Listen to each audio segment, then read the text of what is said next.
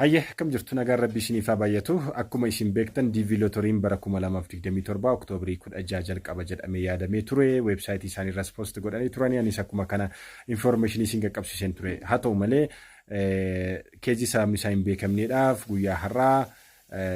gara guyyaa biraatti akka inni darbu ta'ee jira namoonni sababa kanaatiif naa bilbilaa turtanii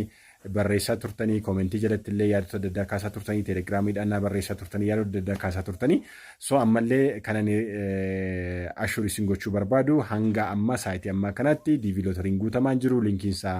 aktiiv hin taane so kanaaf gara fuulduraatti namoonni reedii hin taane akkasii reedii taananii waan isin timu tokko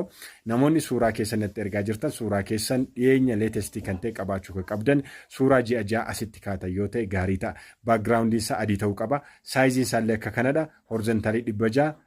vertikaalii 600dhaan naamuri jettanii ijoollota mana suuraatti yoo himtan salphaatti isiniif kutuu danda'u kana beekuu danda'u qabaattu baakgiraawundii isaa adii ta'uu danda'u qabaata kana sirriitti informationii kana kiliir godhattanii sirriitti qabaachuu danda'u qabaattu akkasumas illee appilikeeshinii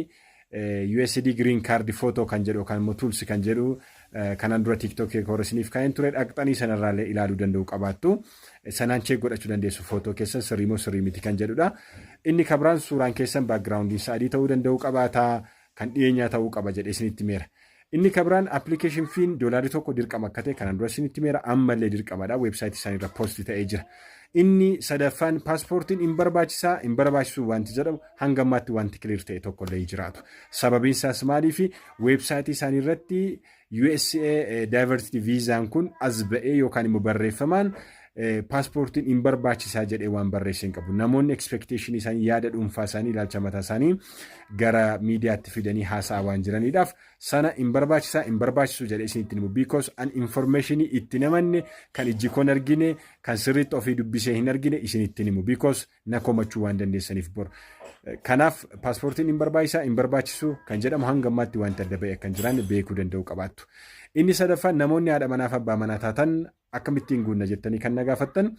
abbaa manaaf haadha manaa kan taatan chaansii lama qabdu tokko abbaan manaa haadha manaa isaa of jalatti guuchisiisuu danda'a chaansii tokko qaba haati manaa akkasumas illee abbaa manaa of jalatti guuchisuu dandeessi chaansii lama qabu jechuudha kanaaf information sirrii waa'ee haadha manaa isaa bara dhaloota ishee bakka dhaloota ishee information sirriitti kiliir ta'e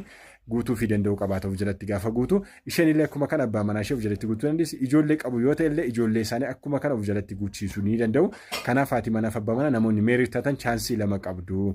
carraan keessan baay'ee guddaadha isiniin jedha kanaaf isiniin jajjabeessaa guutaa sirriitti yoo guuttan carraan isin qaqqabuusaa bal'aadha waan ta'eef akkasiin guuttan isinan rikoomendii isin godha inni sadaffaan analyze paartii ani guyyaa